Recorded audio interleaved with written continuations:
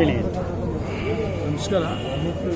ಇವತ್ತು ವರ್ಮಾ ವಾರ್ಡಲ್ಲಿ ವರ್ಮಾ ಸಮ್ಮುಖದಲ್ಲಿ ವರ್ಮಾ ಊರಲ್ಲಿ ಸುಮಾರು ಜನ ವೋಟರ್ ಐ ಡಿ ಕಾರ್ಡ್ ಇಲ್ಲದೆ ಆಧಾರ್ ಕಾರ್ಡ್ ಇಲ್ದಿರ ಬಡವರು ಊಟಕ್ಕೂ ಪರದಾಡಿ ರೇಷನ್ಗೂ ಪರದಾಡ್ತಾ ಇದ್ರು.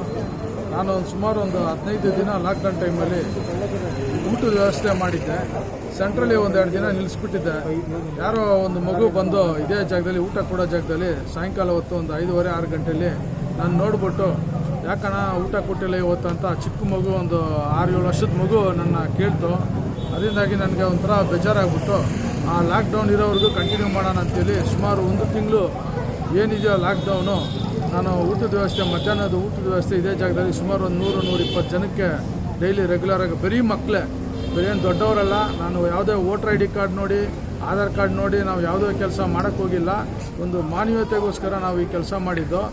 ಯಾವುದೇ ಕಾರಣಕ್ಕೂ ಯಾರೇ ಆಗಿರಲಿ ಇಂಥ ಸಂದರ್ಭದಲ್ಲಿ ಮಾನವೀಯತೆನ ನೋಡಬೇಕು ಹೊರತು ಯಾವುದೇ ಓಟ್ಗೋಸ್ಕರ ನಾನು ಈ ಕೆಲಸ ಮಾಡೋಕ್ಕೆ ಹೋಗಿಲ್ಲ.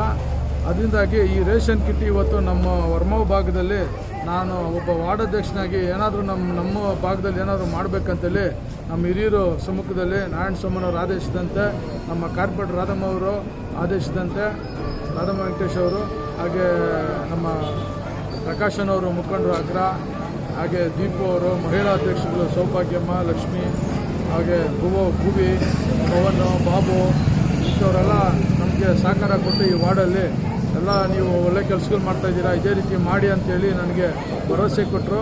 ಅದರಿಂದಾಗಿ ಈ ರೇಷನ್ ಕಿಟ್ಟು ಅಷ್ಟೇ, ಪ್ರತಿಯೊಂದು ರೇಷನ್ ಕಿಟ್ಟು ನಾನು ವೋಟರ್ ಐ ಡಿ ಕಾರ್ಡ್ ನೋಡಿ ಕೊಡ್ತಲ್ಲ. ಇವ್ರು ಯಾರಿಗೂ ವೋಟರ್ ಐ ಡಿ ಕಾರ್ಡು ಇಲ್ಲ, ಆಧಾರ್ ಕಾರ್ಡೂ ಇಲ್ಲ. ಅದರಿಂದಾಗಿ ಒಂದು ಮಾನವೀಯತೆಗೆ ನಾವು ಆ ಬಡವ ಕುಟುಂಬಕ್ಕೆ ಮನೆಗೆ ಹೋಗಿ ತಲುಪಿಸ್ಬೋದಾಯಿತು.